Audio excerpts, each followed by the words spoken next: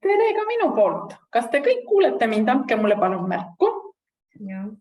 Tere, kuuleme. Mina kuulen. Väga hea. Tere tulemast täiskasvanute koolitaja kutseveebiseminarile. Minu nimi on siis Anu Harjo.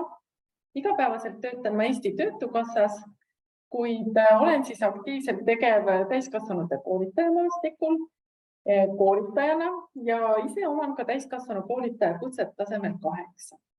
Ja kuna ma olen täiskasvanute koolitajate hindamiskomisjoni esimees, siis täna ma võib-olla natuke teiega siin jagan ka neid mõtteid, kuidas ja mismoodi siis seda täiskasvanu koolitaja kutset oleks siis kõige arukam ja targem taotleda, millele tähelepanu pöörata ja mida siis kirja panna ja mida siis kirja panemata võib-olla isegi jätta. Aga läheme teiega siis ilusasti teele, et kui meil täna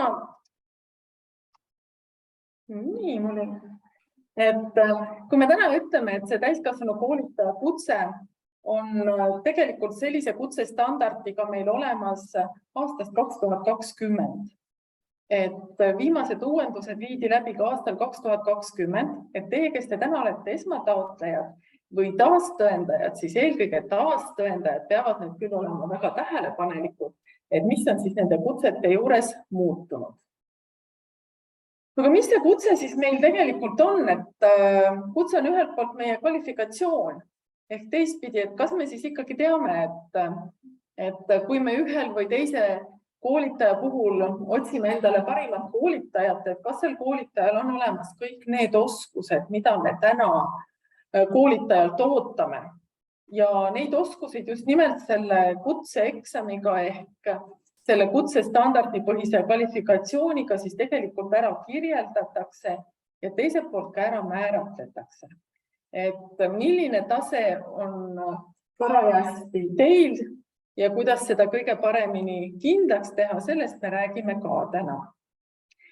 Ja kui me oleme tõesti nagu kutse saanud, me oleme selle kutseprotsessi läbinud, siis võib-olla ongi nagu kõige parem selle juures öelda, et mul on nüüd see tunnusmärk, et mina olen see kutsega koolitaja ja seda teavad tegelikult siis ka kõik need, kes, kui te ka hankega koolitustel osalete, kus tihti on nõuded kutse osas, siis on ka neil, kes teid hangivad, väga hea jälgida, et kas te olete kutseregistris ja millise taseme kutsega te olete ja juba see annab väga suures osas kindlustunde, et see koolitaja oskab siis läbi viia grupiprotsesse, oskab ja teab täiskasvanu koolitaja täiskasvanu koolitajana koolituse planeerimisest, läbiviimisest, analüüsiprotsessist selle juures,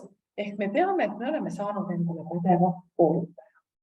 Ja selleks meil ongi see kutsetunnistus, mille me siis tegelikult saame, kui me oleme selle kutse saamise protsessi läbinud ja see on küll nüüd see, kus me ütleme, et nüüd meil on olemas väga pädevad kutsega koolitajad.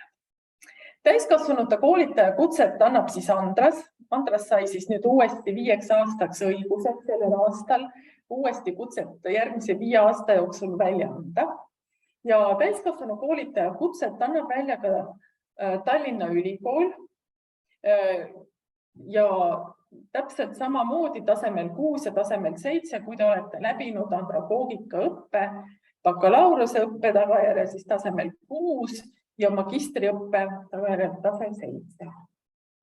Ka läbi õppeprotsessi on võimalik siis kutset saada. Et kõik need tänased materjalid, mida ma siin siis kasutan, et nende kohta leiate te dokumente nii Andrase kodulehelt kui ka kutsekoja kodulehelt. Millised siis need kutsestandardid täna on?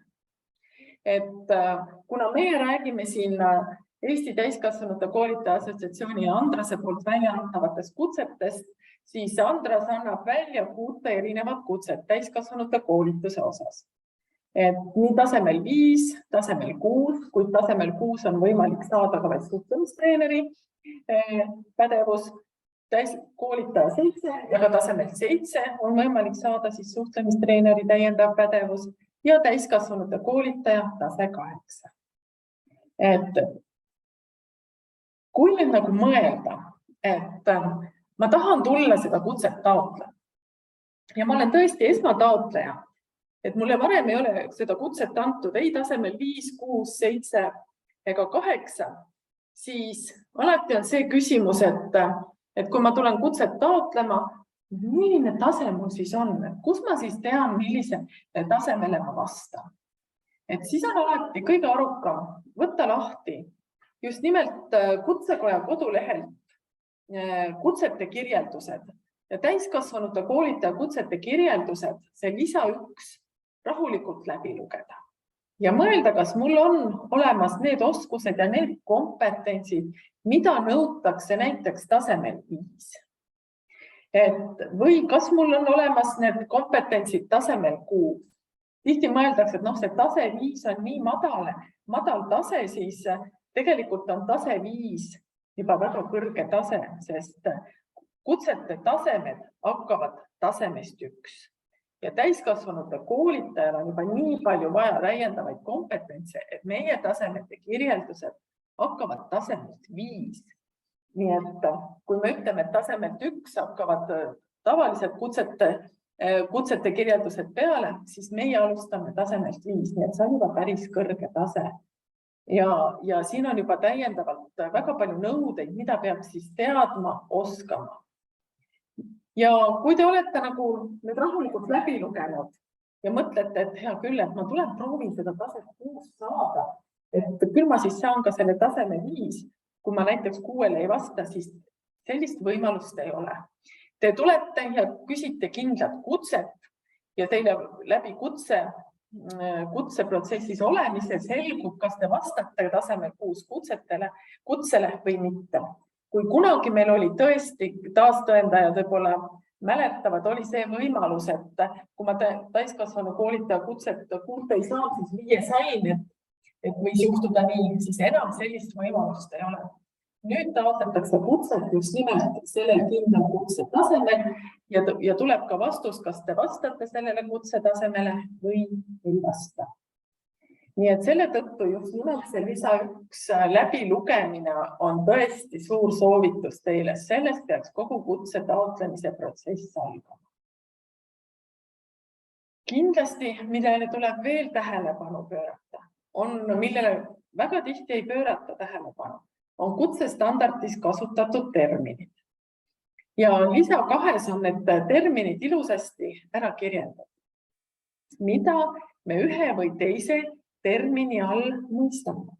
Ja see on just nimelt selleks, et teie saaksite korrektselt kirja panna oma eneseanalüüsi just nendest terminitest lähtuvalt kirjelduse, sest need on need terminid, mida ju täiskasvanute koolitaja maastikul me igapäevaselt kasutame.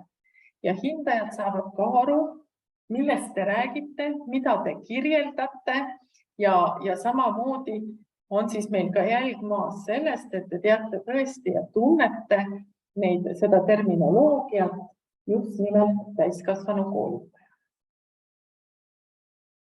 Ja nii nagu me täiskasvanu koolitajad kõik, siis täpselt samamoodi me kasutame eetikakoodeksi. Ja kas eetikakoodeks on alati väga hea läbi lugeda, ma ütlen kohe otse ära, see ei ole soovitus, sest hindajatele meeldib aeg-ajalt sealt küsimusi küsida. Ja selle tõttu on see korraks hea värske pilguga ka läbi lugeda, et mis seal täiskasvanute koolitaja eetikakoodeksis kirjas on. Nii et need lisad ei ole soovituslikud, need on alati käivad kaasas kutsestandardiga ja selle tõttu soovitan nad läbi lugeda. Et kui ma siin eelnevalt ütlesin, et me anname kutset siin ka suhtlemistreeneritele, siis suhtlemistreenerite kutseprotsess on kaheetapiline. Kaheetapiline tähendab seda, et kõigepealt taotlevad nad täiskasvanu koolitaja kutset ja kui nad on saanud täiskasvanu koolitaja kutse, kas siis tasemel 6 või 7 ära tõendanud selle, et neil on see kompetentsid olemas, siis sealt edasi liiguvad nad suhtlemistreeneri kutse taotlemise protsessi ja samamoodi hinnatakse neid siis suhtlemistreenerina ja kas siis tasemel 6 või tasemel 7, peale mida nad siis, kui nad on läbinud need 2 erinevat etappi ilusasti, saavadki nad endale siis täiskasvanute koolitaja kutse tasemel 6 suhtlemistreenerina või tasemel 7, täiskasvanute koolitaja tase 7 suhtlemistreenerina.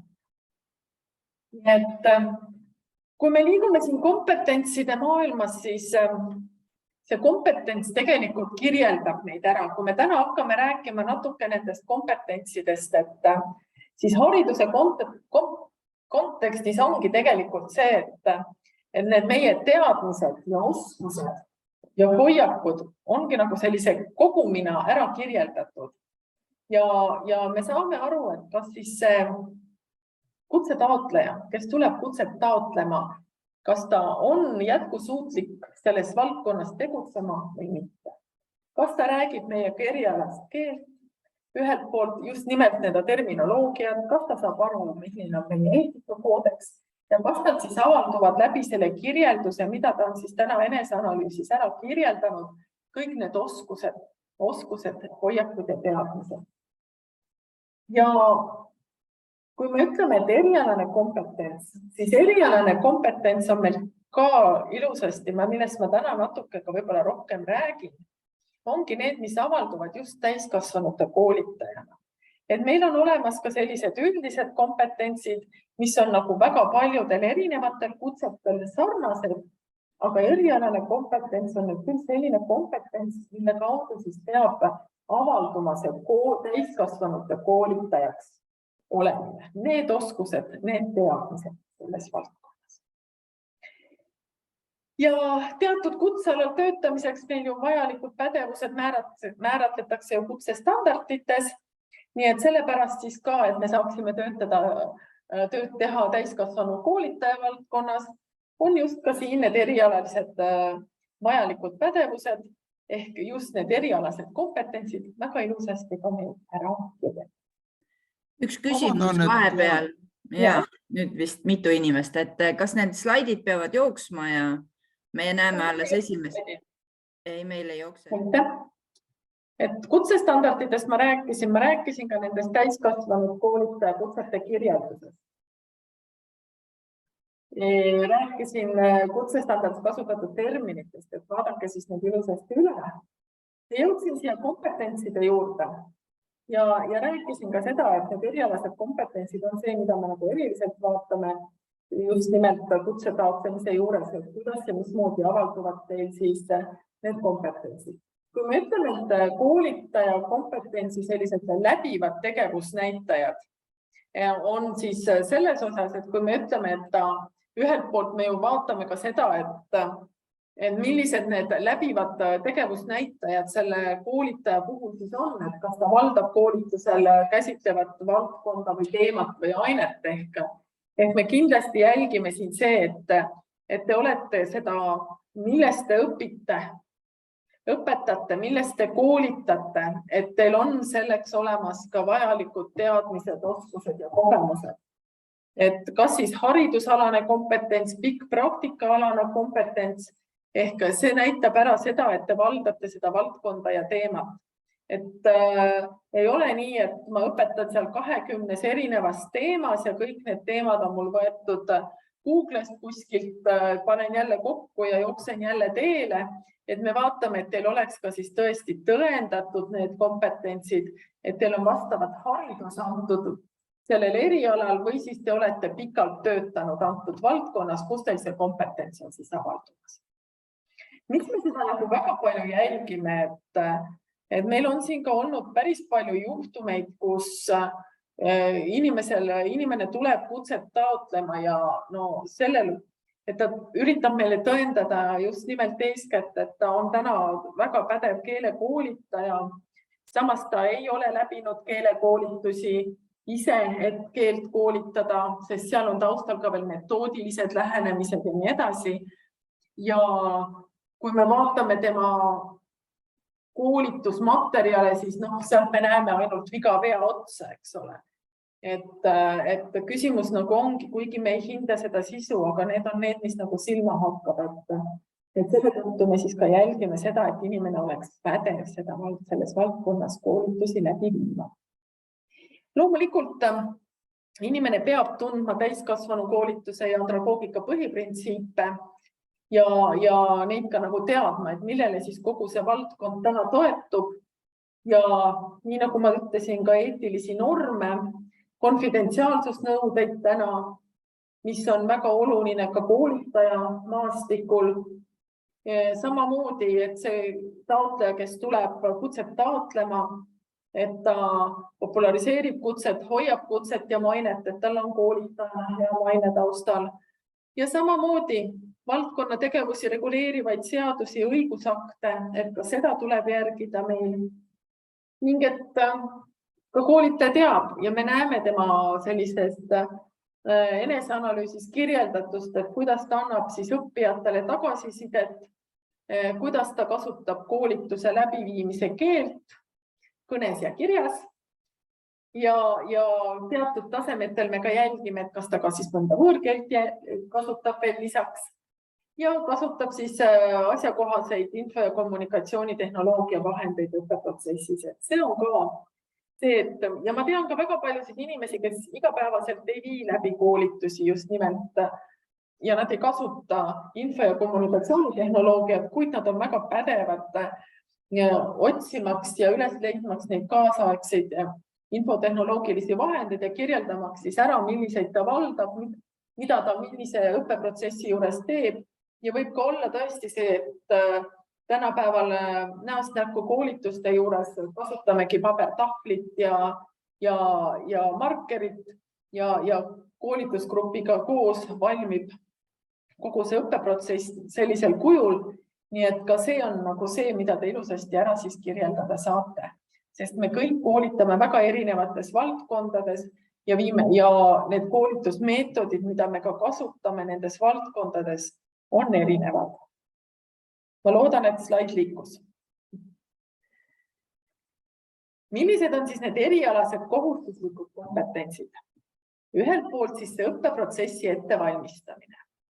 Ja selle õppeprotsessi ettevalmistamise juures peatagi te nüüd väga ilusasti seal eneseanalüüsis erinevate näitajate ja tegevusnäitajate juures lahti kirjeldama, mismoodi te seda õppeprotsessi ettevalmistate.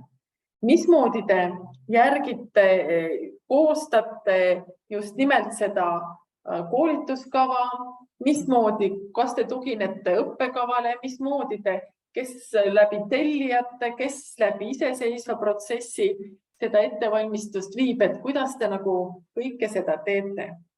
Mis ma tahan öelda? Täiskasvanute koolitaja erialased kompetentsid siin juures.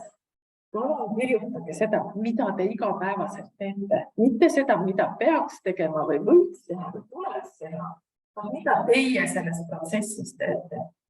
Et see on nagu kõige lihtsam, sest kui me hakkame nagu kirjutama, et me umbes tean küll, et seda peaks tegema nii, siis meie tegelikult hindajatena hindame täna seda, et kuidas teie seda teete.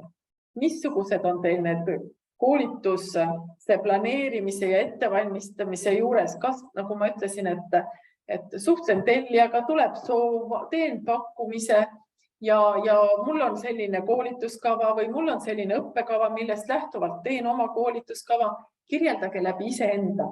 Nii on kõige lihtsam seda tegevust kirja panna ja kõige lihtsam sellest ka pärast tõenduspõhisel intervjuul rääkida.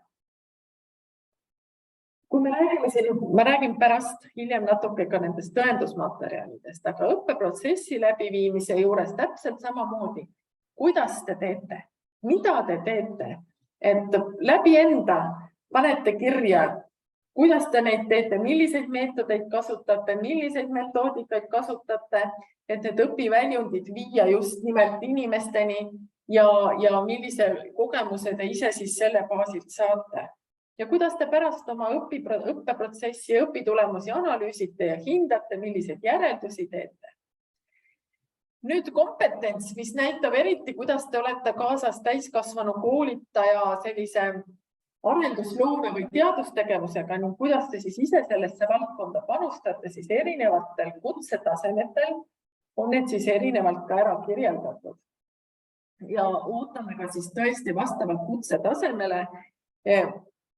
kutsetasemele täpselt samamoodi, mida teie selles valdkonnas siis teete. Kas te esinete rahvusvahelistel konverentsidel? Kas teil on rahvusvaheline suhtlus? Olete mingites töögruppides? Osalete võrgustikes? Kui olete võrgustikes, milline roll teil seal võrgustikus on? Mismoodi te sinna võrgustiku töösse panustate? Või olete lihtsalt lihtliige ja istute ja vaatate ja kuulate? Kõik need asjad tuleb tegelikult kirja panna ja need asjad tuleb tõendada. Et hindajad oleks aru saama, et te olete selle võrgustiku liige, te teete sinna ettepanekuid, te olete selle töögrupi liige, te juhite seda töögruppi või te käitegi seal rahvusvahelistel konverentsidel, te teetegi seal ettekandeid, siis kõike seda tuleb ka siis tõendusmaterjalide kohta. Või te koolitate koolitajaid, kus juba tasemel 7 ja 8 seda tuleb ja siis täpselt samamoodi tõendada, et te olete siis seda teinud. Ja professionaalne enesearendamine on ka siin see, mida me siis jälgime, kuidas te arendate ennast koolitajana. Väga tihti eksitakse selle mõiste juures, et inimesed kirjeldavad, kuidas näiteks nad on inglise keele õpetajad või inglise keele koolitajad, kuidas nad inglise keele koolitajana ennast täiendavad, aga meie siin tahame tegelikult näha ja kutsestandard ütleb, et kuidas koolitaja ennast koolitajana täiendab. Just nimelt täiskasvanu koolitaja valdkonnas, mitte inglise keele koolitajana.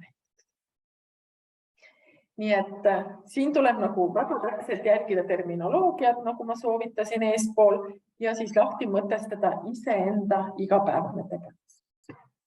Need ongi need lihtsad erialased kompetentsid. Üle ei tasu mõelda, tasub lihtsalt mõelda, mida mina mingis protsessis teen. Kuidas käitun, kuidas analüüsin, kuidas ennast arendan. Ja kui me nüüd siit teele läheme, et kuidas me siis ühte ja teist asja teeme, siis kõigepealt on hea soovitus, et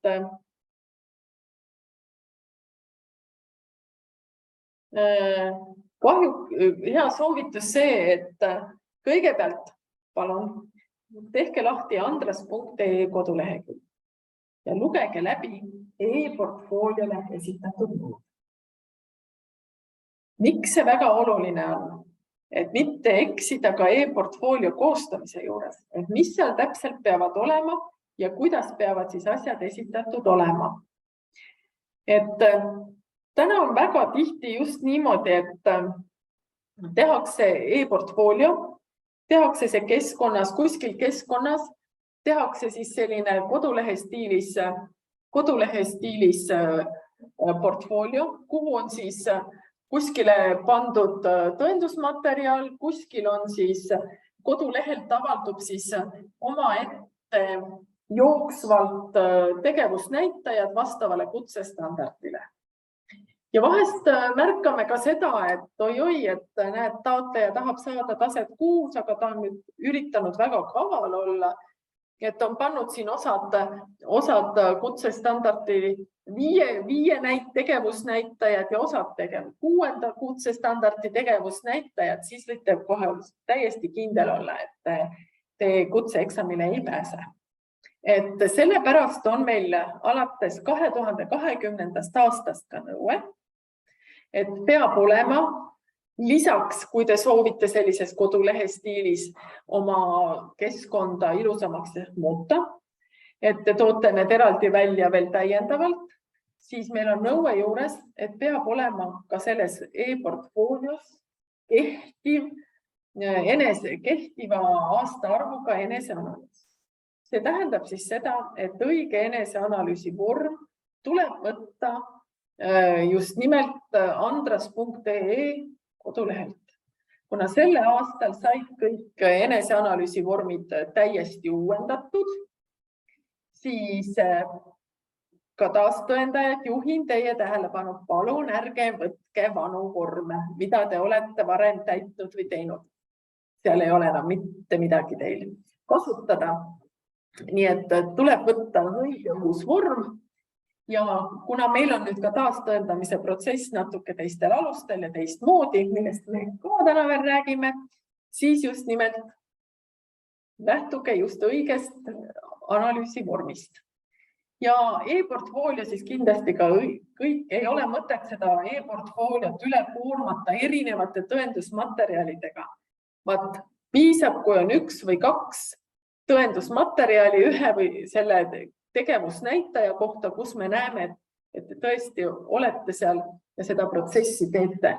Nii et vahest on ka ühe või teise tegevusnäitaja juures inimestel pandud 5-6 erinevat tõendusmaterjali hunnikus pilte, siis ütlen kohe ära, pildid ei ole tõendusmaterjal ja kui te kasutate pilte, siis tuletan teile meelde jällegi andmekaitseseadust või määrust, mis meil praegu kehtimas on, et kõik need pildid, mida te laete üles, teil peab olema nende inimeste kirjalikult nõusolek. Kui te olete need pildid teinud koolitusprotsessist. Nii et selles osas palun ärge siis pilte kasutage. Ei ole mõtet võtta internetist ja laadida siia kuskil mingid metoodikapilte või mida iganes. Meie tahame näha tõendusmaterjali, kuidas teie seda teete. Ja millega te väidate, et teil see oskus või see tegevusnäitaja avaldub. Siis kindlasti endale vastav kutsetase, millest ma juba rääkisin. Ja nüüd on see kõige suurem viga, mida mitte kunagi kutsetaotlejad ei armasta teha, tutvuda hindamisstandardiga. Et ma aastaid olen sellest ka rääkinud, et enne kui te alustate, lugege läbi e-portfoolio juhend, te saate teada, mida nõutakse. Teiseks, tehke lahti hindamisstandard, palun. Kui te olete endale kutsetaseme valinud, vaadake, mida hinnatakse, mida ühe või teise tegevusnäitaja juures hindajad hindavad. Sest te võite ju sinna ilusa jutu panna, aga kui see ei lähe nagu kokku sellega, mida meie nagu tegelikult hindame, siis meil on väga palju küsimusi teile ka kutseeksamil. Ja õiged vormid, juhin tähelepanu, meil on läbi aastate kogu aeg väga palju valesid vorme, millega tullakse. Ja kui me palume selle ümber teha ja teatud aja jooksul ja kui te seda ümber teha ei jõua, siis võib tõesti olla nii, et te selles voorus kutset taotlete. Mida ma juhin, millele ma tahan juhtida nagu tähelepanu siin e-portfoolio juures? On just see, et ka see tekst ja see, mida me sinna ilusasti kirja paneme, et tegevusnäitaja juures, et see tõendusmaterjal ja tegevusnäitaja sobiksid omavahel. Kui te valite seda keskkonda, et millisest keskkonnast teha, siis mõelge hoolega, et milline keskkond on teie jaoks niisugune mugav. Et meil ei ole nagu sellist ette antud keskkonda, kus seda e-portfooliot teha. Kuid nagu ma ütlesin, siis kutsestandardis esitatud kompetentside olemasolu ja tegevusnäitajad sellest peavad meile avalduma. Ja see tähendab ka meie jaoks täna seda, et kui te esitate meile selle e-portfoolio, siis te saadate, kui te olete teinud e-portfoolio mingisse sellisesse keskkonda, kus on vaja paroolidega ligi, siis te lisate meile ka selle parooli. Et selliseid keskkondi, mis nõuavad hindajate isiksustatud sellist sisselogimist, neid me ei aktsepteeri. Me ei hakkagi hindama, kus me peame enne hindamisprotsessi hakkama teilt küsima luba oma e-mailide ja kõikide muudega, et kas ma tohin nüüd teid hindama hakata, siis kahjuks jääb hindamine ära. Tõin teile ka välja, et milliseid keskkondi kõige enam kasutatakse. Siin viimase paari aasta jooksul on nagu meeliskeskkonnad olnudki need WordPressid, X-saitid, Weebly'd, Cities, Google'd. Tihti küsitakse, et aga kui ma näiteks Dropboxis asja üles ehitan või Google Drive'i, siis ei. Seda me ei aktsepteeri ja sellisel kujul me ka ise neid vastu ei võta. ja kõike esitatud üksikuid faile ja pilveteenust paiknevaid faile ja kaustu me ka vastu ei võta. Ja kui siin aastaid tagasi oli ka selline Padlet hästi populaarne, siis nüüd on ka see Padlet kuidagi jäänud tahaplaanile, et kasutatakse just sellist 4 põhilist ja väga tihti tehakse, kui on endal koolitusorganisatsioon, enda koolitusorganisatsiooni kodulehe juurde, tehakse siis ilusasti ka enda parooliga kaitsev leht juurde, nii et ka selliseid variante meil on. Millele juhin tähelepanu, on eelkõige see, et kõik, mida te seal e-portfoolios esitate, et nende failide õigsus ja autori õiguste eest vastutate teie. Et kui te kasutate kellegi teise materjale või faile, siis tegelikult tuleb see päris kiiresti välja. Ja tuleb ka välja see, kui te näiteks kasutate kellegi teise kirja panduid mõtteid või lauseid, et seda me ka kontrollime.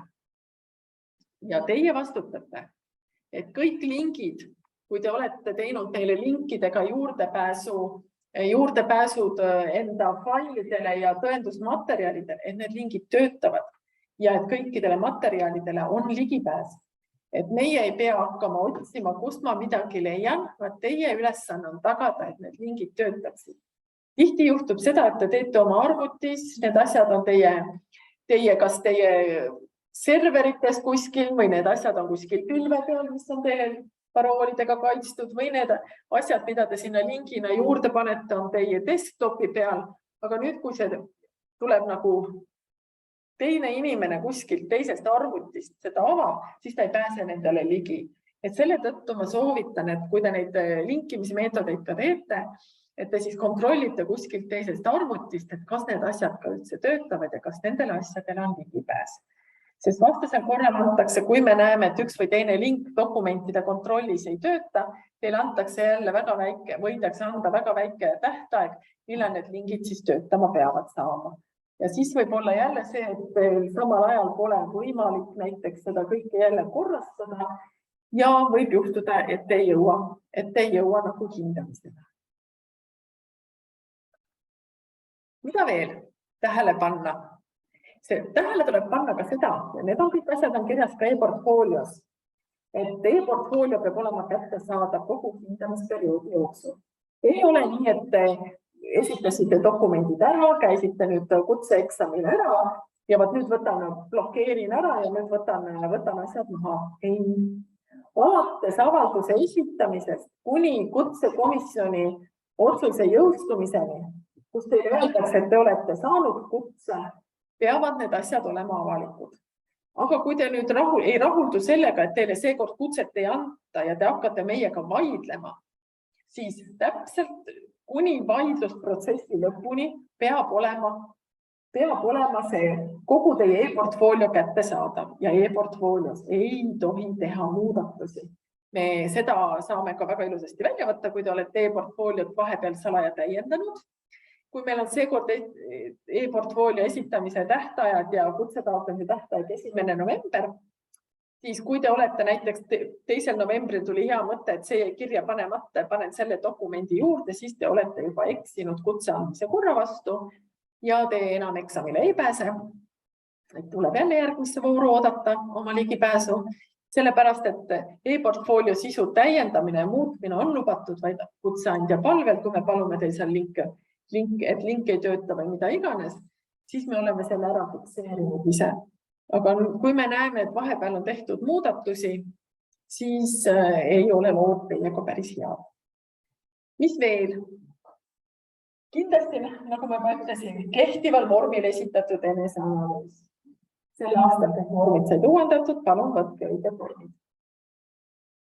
Ja kehtiv vorm asub Andrese kodulehel kõigile kättesaadav, kergelt alla vaadatab, nii et head aitäh.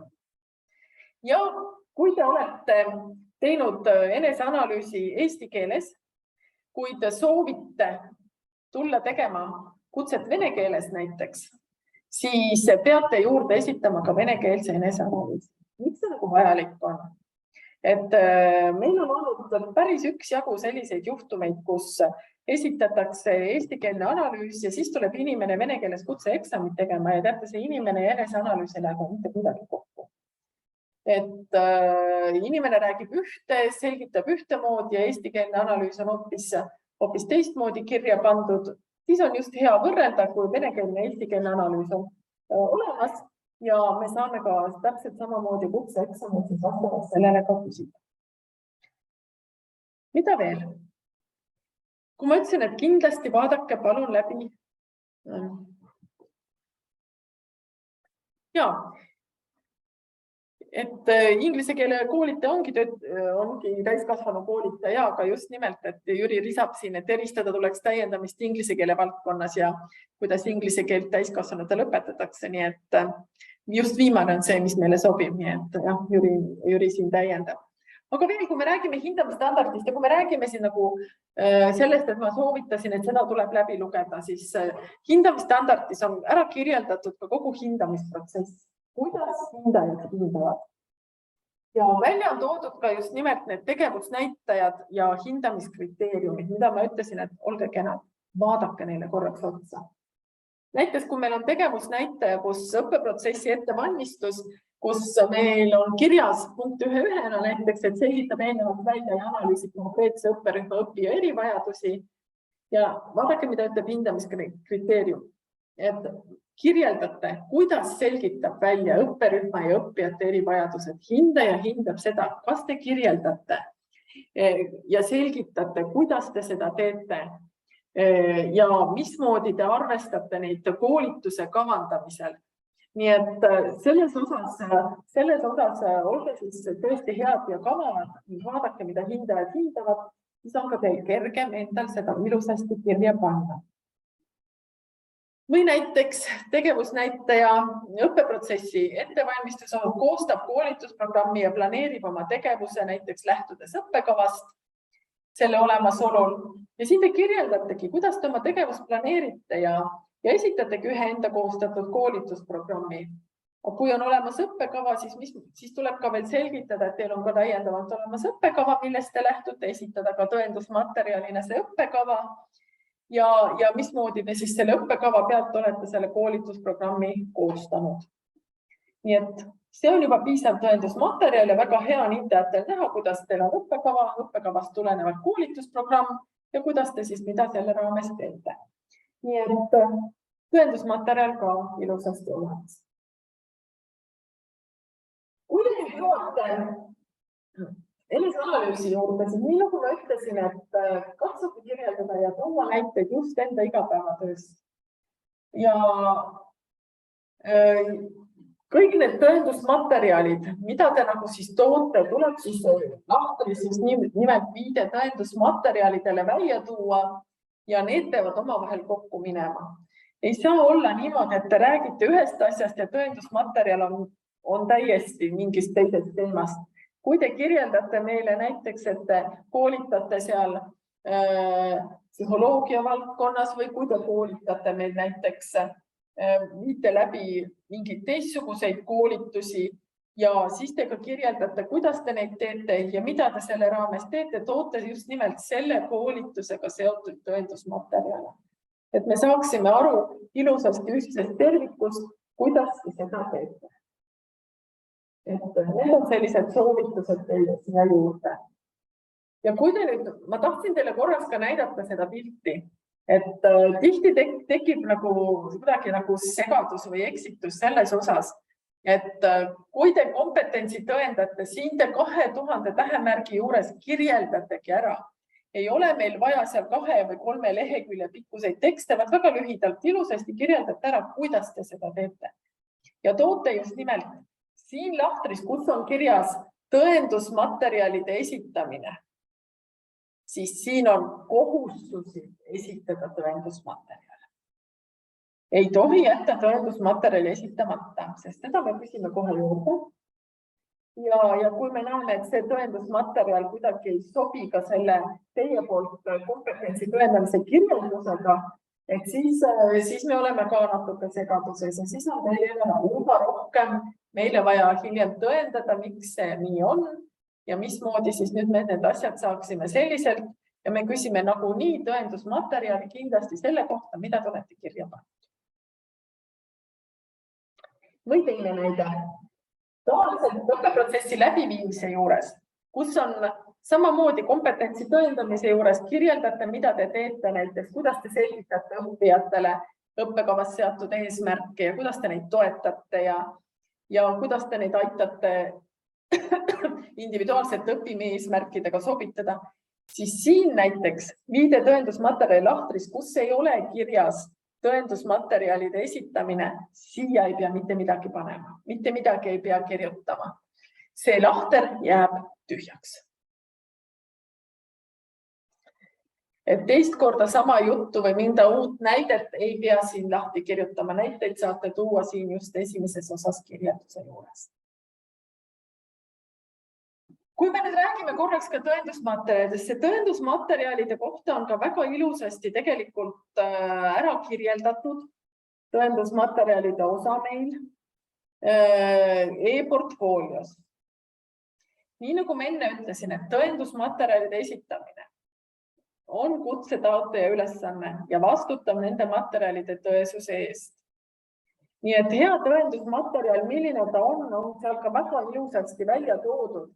Ja kui me igapäevaselt oma tööülesandeid teeme, siis seda tõendusmaterjal on meil ju kogu aeg olemas. Et kui me koolitajana asju planeerime, läbi viime või pärast analüüsime, siis meil on tegelikult selle kohta ju alati olemas materjalid. Nii et selles osas siis vaadake, milline see tõendusmaterjal meil olemas peaks olema. Meil on välja toodud veel e-portfoolios otsesed tõendusmaterjalid ja näiteks need koolitused, mida te olete teinud, koolitusmaterjalid, loodud koolitusprogrammid teiselt poolt, samamoodi kogutud tagasiside, artiklid, publitseeritud artiklid, samamoodi valminud materjalid, kirjavahetus näiteks, kus te oletegi nagu kirjavahetus, te oletegi mingi töögrupi liige, te tõendate ära väikse sellega kirjavahetusega selles osas, et te olete selle töögrupi liige. Tihti öeldakse, et aga kui ma esitan koolitusmaterjali, et pärast keegi koolitab. Ei. Vaadake, hindajatel on ka konfidentsiaalsusklausel selles osas, et teie materjalid hindajate käest nüüd küll kuskile ei lähe. Samas hindajad ise näevad enda koolitusmaterjale Kutsetaotlejad on väga julgelt neid kasutanud ilma igasuguste viitamisteta, nii et hoopis tihti vastupidist. Aga meie osas, meil on tõesti see, et meil on konfidentsiaalsusklausel ja meie kõike seda, mida me meie siis seda ei kogu, ei kasuta hiljem mitte kuidagi kuskil. Kaudsed tõendusmaterjalid, need on need, et kui me leiame, teinekord on neid kaudseid tõendusmaterjale meil ka, mida me saaksime kasutada, näiteks kellegi poolt antud hinnang taotleja tegevusele või koolituse kohta või siis näiteks tagasiside kokkuvõtte või arenguvestluse tulemused. Neid on meil ka ilusasti esitatud, aga need on siis kaudsed tõendid. Kõige selle kohta, mis näiteks võib käsitleda teie professionaalset enesearengut näiteks. Nüüd ma juhin teie tähelepanu ka plagiaadile. Et nii nagu ma ütlesin, et tihti tahetakse kirjutada väga ilusat, pikka ja sisulist juttu, tarku lauseid meile sinna kirja ja võetakse siis erinevatest õpikutest või kellegi teiste portfooliotest. Palun ärge seda tehke. Ja ilma viitamata ka veel, et palun ärge seda tehte. Me teame kõik, mis on raamatutes kirjas, aga me tahame teada, kuidas teie neid tegevusi läbi viita. Teie kui täiskasvanute koolitaja. Meil ei ole vaja näiteks seal, kus on läbivates kompetentsides, kus tuleb ära nimetada näiteks meil neid täiskasvanu põhiprintsiipe või andragoogilisi põhiprintsiipe. Me tahame teada, kuidas te neid kasutate, aga mitte seda, et millised need on. Me kõik teame, millised need on ja ka kuidas te neid oma igapäevatöös kasutate. See on rohkem see, mis meid tegelikult huvitab. Nii et samamoodi eneseanalüüs on teie kui täiskasvanute koolitaja autori töö. Et see, mis seal portfoolios on, garanteerige nüüd enda jaoks siis see, et seal ei oleks plagiaati. Seal ei oleks kellegi teise koolitusmaterjale, mida te pole ise loonud. Ja kui te mõnda ühte või teist slaidi või kuskil midagi kasutate, kellegi poolt välja töötatud, siis tuleb hindata. Kui te koolitategi mingi kindla organisatsiooni poolt välja töötatud õppematerjalide pealt ja seal on selle õppematerjalide omanik, siis seda saate öelda, et selle alusel mina viin läbi selliseid koolitusi. Et see on ka täiesti aus kõige selle suhtes. Et me kontrollime teie materjali plagiaadi suhtes ja ei ole olemas kahte identset täiskasvanute koolitajat. Me kõik oleme erinevad, nii et selles osas see teebki meist sellise täiskasvanute koolitaja, et me suudame eripäraselt läheneda ja eripäraselt neid asju teha, aga me vastame siis kõik kutsestandardist kirja panduna. Milliseid dokumente te siis esitama peate? Nii nagu ikka, avaldus ette antud vormil, avaldus on endal samamoodi Andrase kodulehelt. Isikut tõendava dokumendi koopia, sest me kontrollime ka isikut tõendamise dokumenti kutseeksamil, maksekorraldus, e-portfoolio ja e-portfoolio koosneb siis teie CV-st, kus on ka kirjas koolitusalane tegevus. Kui te esitate Europassi CV, siis seal juures peab olema just nimelt see, mis on meil kodulehel koolitusalase tegevuse leht juures, kus me näeme, kui palju te viimase 5 aasta jooksul näiteks koolitanud olete, milliseid koolitusi, millises mõnes. Ja eneseanalüüs koos tõendusmaterjalidega siis samamoodi ette antud kehtival vormil. Kutse andmise esmataotlemise protsess ei ole veel selles osas laias laastus üldse muutunud. Teie tutvute kutse taotlemise dokumentidega, esitate 1. novembriks oma e-portfoolio ja kindlasti emailile kutse@andras.ee, mitte andras@andras. Ikka kutse@andras.ee. Sealt on siis edasi 10 päeva, kus kutseandja teostab esitatud dokumentide tehnilise kontrolli kõikidele kutsetaotlejate dokumentidele. Sealt edasi antakse teile siis teada ka hindamise kuupäevad, saadetakse kalender, kes SMS saab endale kuupäeva valida ja hindajad siis hindavad esitatud e-portfooliot. Selle järel siis te olete valinud endale kutseeksami aja, kutseeksamid toimuvad meil Zoom keskkonnas. Teile saadetakse see kellaaeg ja millal siis sellel päeval, milliste te valisite, te siis saate tulla. Ja tihti on küsimus selles, et oi, aga ma valisin täpselt just sellest kellaajast selle kellaajani. Nüüd sõltub just nimelt sellel päeval, millise kutsetasemega taotlejad meil on. See kellaaeg võib vihkuda pool tundi, tund siia sinnapoole, et sellega siis ka teate teinekord arvestada, aga te saate piisavalt seda ette teada. Ja saate siis ka juhise, kuidas siis Zoom keskkonda sisse logida. Ja hindajad siis viivad siis läbi kutseeksami. Ja selle tulemusena alati hindamiskomisjonis on 3 liiget, kes on siis enne hinnanud teie e-portfooliot ja mille baasil siis need küsimused nagu tekivad. Ja hindamiskomisjon esitab siis hindamistulemused kutsekomisjonile. Hindamiskomisjoni inimeste nimed ja kutsekomisjoni hindamiste nimed on ka meil kodulehel väljas, et seal on ka meil täiendusi ja uuendusi sellest aastast. Ja kutsekomisjon teeb otsuse kutse andmise või mitte andmise kohta siis. Miks on meil täna 2 kuupäeva, 13 või 19 detsember? Selle tõttu, et kõik sõltub sellest, kui palju kutsetaotlejaid meil sellesse vooru tuleb. Hindamisperiood jääb päris lühikeseks. Et kuna me alustasime seoses sellega, et uus kutse andmise periood hakkas Andrasel, alustasime siis 6 aega hiljem. Muidu on tavaliselt meil kutse andmise tähtajad 1. oktoober ja 1. aprill, kus saab siis taotluse esitada hiljemalt siis. ja sealt edasi siis, kui see otsus on tehtud, siis paari päeva jooksul saate ka teie teada, kas te olete siis saanud kutse või mitte kutse. Ja kui teil nüüd tundub, et teil on väga palju liiga tehtud ja te ikkagi olite väärt seda kutset, siis teil on õigus esitada vaie kutsekomisjonile ja kutsekomisjon siis vaatab selle vaide üle ja siis sealt edasi, mismoodi kas seda vaiet siis lahendatakse või ei lahendata, seda siis otsustab kutseandja ja edastab teile vastava info.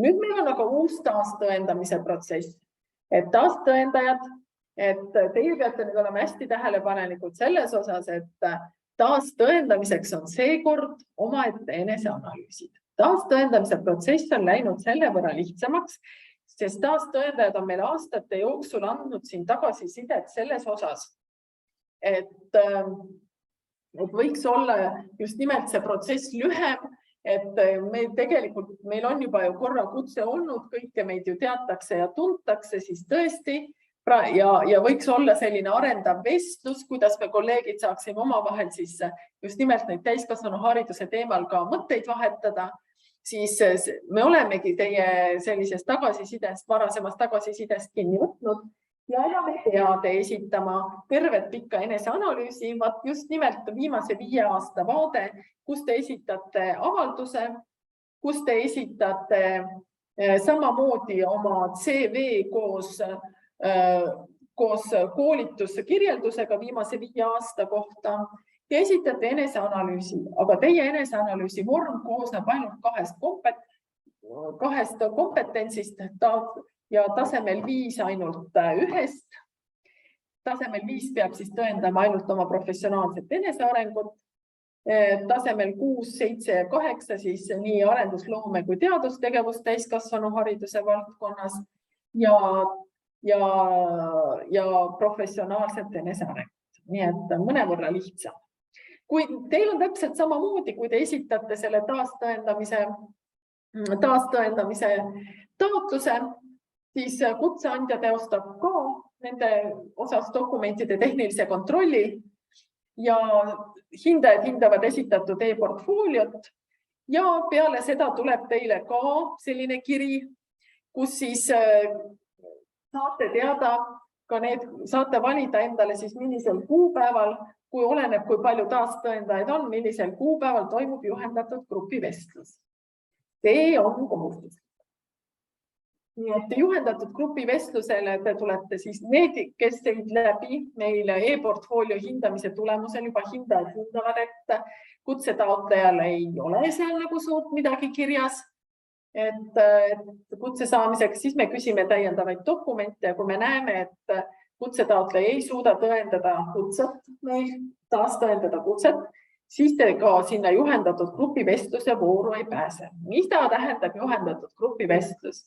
Seal on erinevate kutsetasemetega inimesed, seal on hindajad, kes on teie portfoolioid hinnanud, kuid sellel käigus ei küsime teilt mitte ühtegi e-portfoolio ja eneseanalüüsis olnud küsimust, me arutamegi seal mingil olulisel, see meile kõigile tunduval olulisel täiskasvanuhariduse teemal.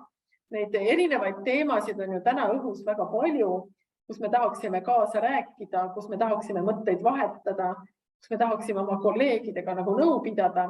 Nii et selline mõnus juhendatud grupivestlus saab meil siis olema, mida siis näiteks järgmine kord taastõendamise protsessi kirjelduses saab selle hästi kasutada.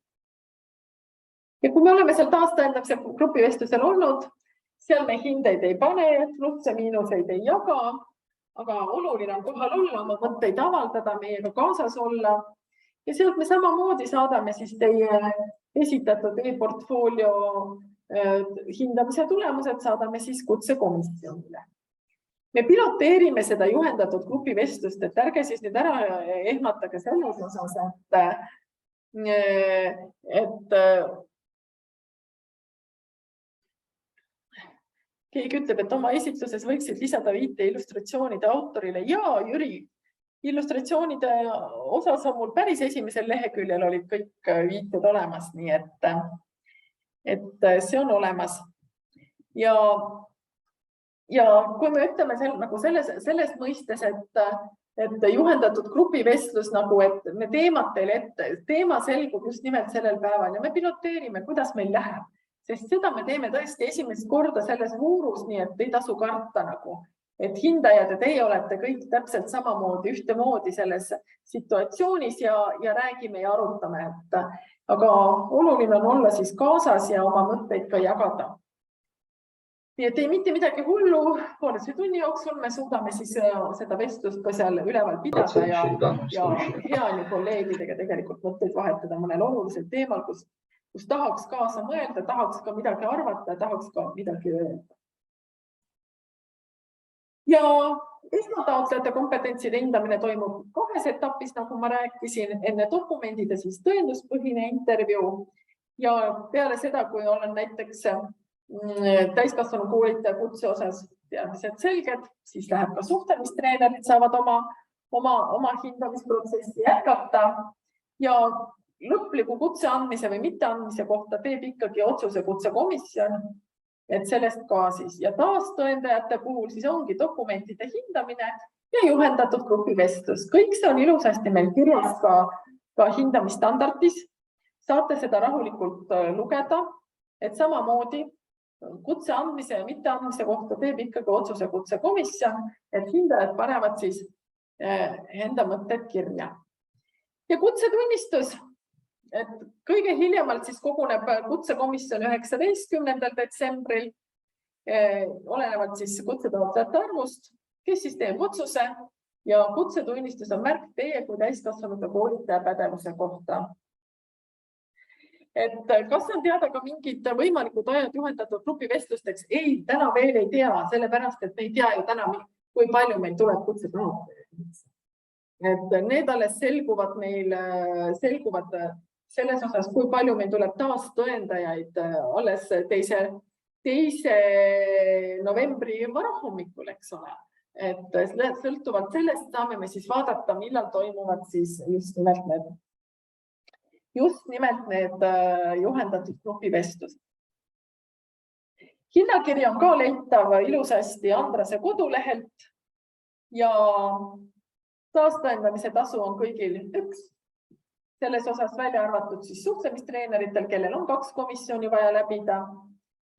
Ja võib-olla väike meelespea siis endale ka teha, et alustame ikkagi sellest, et me valime õige kutsestandardi, loeme läbi sellele, millele me siis vastaksime. Hindamistandardiga tutvume, loeme läbi kindlasti e-portfoolio juhendi, otsime kokku tõendusmaterjalid, valime sobiva keskkonna ja kindlasti veenduge, et oleks õige eneseanalüüsi vorm. Ja võta aega ja mõtle enne, kui koolitaja tegevusi kirja hakkad panema ja veendu, et maksekorraldus on tehtud ja esitagi taotlus Andrasele. Nii et mingi tavaneks, see on ka väga oluline, aga nii lihtne see taotlemise protsess ongi. Nii et mina tahan öelda tere tulemast täiskasvanute koolitajate kutsega täiskasvanute koolitajate kogukonda ja ärge siis üle mõelge ja pange kirja seda, mida te igapäevaselt teete. Et Jüril oli küsimus selle kohta, et kus need on kõik need mehikesed ja asjad on võetud. Need mehikesed, need on võetud tõesti lehelt Pintex, nii et kõik saavad sealt ilusasti neid võtta. Aga mina soovin teile kõigile jõudu